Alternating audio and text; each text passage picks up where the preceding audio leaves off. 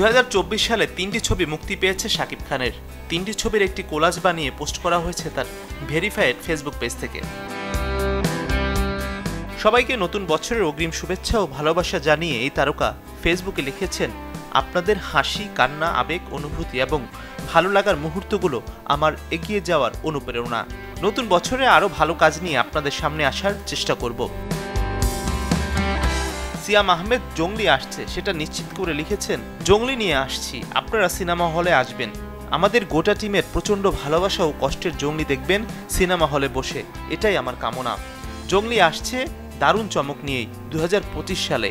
শেষে লিখেছেন, happy new year.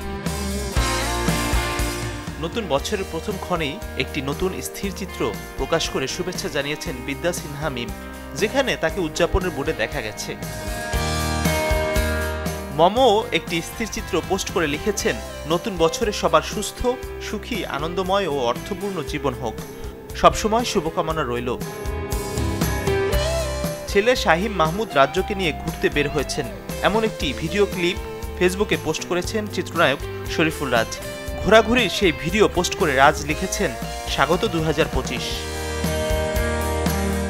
2024 সালে চলচ্চিত্রে অভিষেক হয় মেহজাবিন চৌধুরীর। তিনি লিখেছেন, 2025 নিয়ে আমি খুব রোমাঞ্চিত।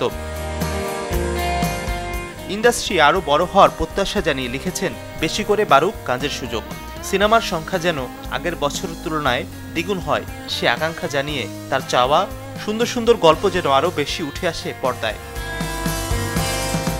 মাজহারুল ইসলাম তামিম, চ্যানেল 24।